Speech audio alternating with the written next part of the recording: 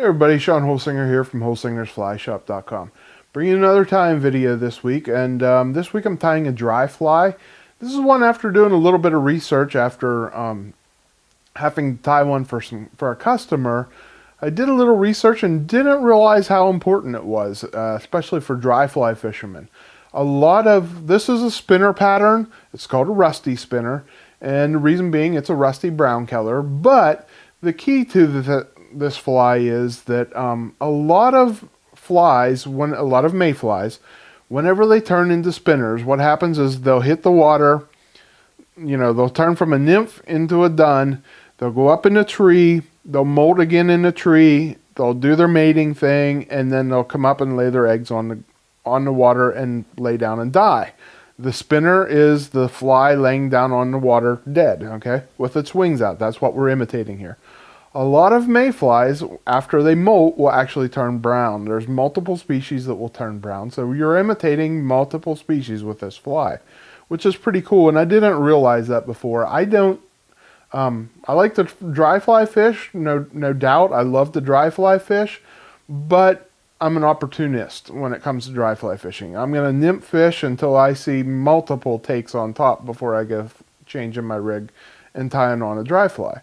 But after doing a little bit of research, this is a great one to have in your box if you want to, key on that spinner hatch. Tie it in different sizes. Like I said, this imitates multiple different species, so that means they are going to come in multiple different sizes. Tie this 18s to 12s, or even a 10 if you want a really big one. Have them in your box. It's a simple pattern to tie. These turkey quills, you can get them in a couple different colors, but rusty brown seems to be the popular one for this pattern. And you're going to find a lot of other videos out there, but this is very similar to some other guys that have out there because it's an effective pattern. I just wanted to share it with you, in case you're not out there looking at other guys. This is an option for you to check out a different pattern. Anyways, guys, enough talking. Here you're going to see the fly and then the material list to tie it.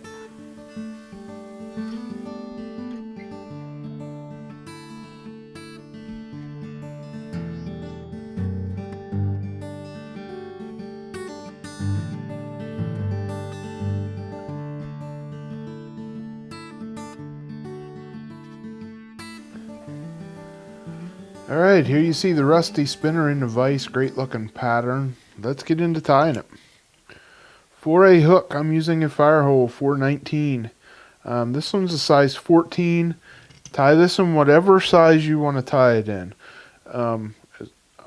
As I told you there in the beginning, this is a generic pattern, imitates a couple different mayfly species. So tie it whatever size you want. For thread, I'm using Semperfli Nano Silk. This is 12-aught brown. And what I'm going to do is I'm going to wrap it back to the to the bend of the hook, not over the bend, and leave my tag hang back here. And that's going to split our tail here in a second. The next thing we're going to add is some microphybettes. These are mayfly tails. Pale yellow is the color I'm using. White would work great here too. I just had pale yellow handy and can't really tell that it's not white. So what I want to do is I want to just grab 2 of them. I'm going to tie them in at about the length of the shank of the hook. So I want these to be fairly long, and that's a little long, and I want them to be centered right on top. So I'm just going to pull them back till I get them the length I want, which is right about there. And then I'm going to make sure I get it centered on top. And then I'm going to come back forward with my thread a little bit, cut this off, and then we're going to separate these 2 fibers here. So I'm just going to separate them with my finger and push them forward a little bit and splay them on their own. Then I'm going to take the string, run right up between the 2 of them there, and I'm going to tie that off up in front, and that'll help keep them separated. We're just going to wrap right back to the bend, and we're going to cut this tag end off now. And there you can see now I have nice split tails. So it takes a little bit of practice, but you'll get it. Next thing I'm going to use is this Turkey Biot Quills. This is Rusty Spinner is the color, and I've used this side for other ones, but we're going to actually use the Biot on the short side here. And I want a fairly long one that'll allow me to wrap the whole way out. So I'm more up in the middle, less down here at the bottom. I'm more picking up out of the middle here and getting these nice long fibers. Now, as you see here by the vise, there's two sides to this. One side is dark, and if you were able to see it real well, this dark side down here is almost translucent. You can almost see through it. That's the side I want to put down as I tie it. And remember that when I shoot these videos, you're looking at my chest, so you're not seeing the exact view I see. I'm tying it down on the side closest to me right now, and I'm just going to tie it right back to that tail there. And as I tie it, I don't want to tie real tight. I just want to hold it in place tight. Now, by putting that dark side, translucent side down, when I wrap it, it's going to leave this top side up, and you'll see why that's important here in a second. But the next thing I'm going to do is I'm going to take a little bit of super glue, this is Zap-A-Gap, and just put it right on the top of that hook, on top of that thread. Then I'm going to come in with my hackle pliers on this Turkey Biot, and I'm just going to start wrapping it forward. Now I'm wrapping it away from me. I'm wrapping it towards the camera here, but it's away from me. By doing that, you see the little fibers that stand up on this Turkey Biot and give it a nice ribbed look. So that's the goal here. That's why you put that translucent side down to keep that ribbing up. Okay, then we're just going to wrap it up there towards the eye, and I'm going to tie it off. And then trim off the extra. Okay, now I'm just going to clean all this up here, get nice thread wraps up there going towards the eye. Okay, next thing I'm going to do is put on the wing. For the wing, this is actually EP trigger fibers. You can use antron, you can use whatever you want here in the line of like antron style material. What I'm going to do is cut off a section. This one's about 2 inches long, as you see. And I'm going to set it on top of the fly. I can set it on there at an angle if I want. And I'm just going to make one or two wraps there to hold it in place to get it where I want it. And I want it back from the eye, just a hair, like an eye length back. And I just want to hold it in place. Wrap it tight enough I get it held in place. Center them wings. And then I'm going to start figure eighting in between here. So I'm just going to wrap in a figure eight style around this wing. Get a few nice wraps on there. Make sure it's held in place. Okay, now you see I have two wings coming off here. I'll trim them the length in a second. But you can see how far back from the eye I am. About one eye length back. And about the thorax on this is about 1/3 of the length of the fly. It's pretty proportionate there. I like that. Now, for dubbing, use whatever color brown superfine dubbing you have. I'm using actually SLF Prism Blends. This is brown stone.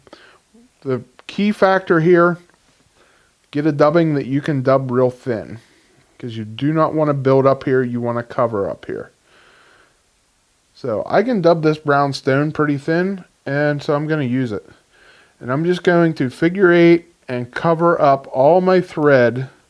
Make sure I go underneath on both sides and on top on both sides. And then I'm going to bring it right up here behind that eye. You can see I got nice coverage, top and bottom. So I'm going to come right behind that eye, pull my wings back, and whip finish the head here.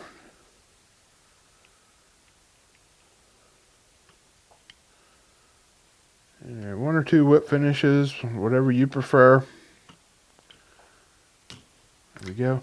Now, the last thing we do, you see we got these big, long wings. So what I'm going to do is I'm going to pinch all my fibers.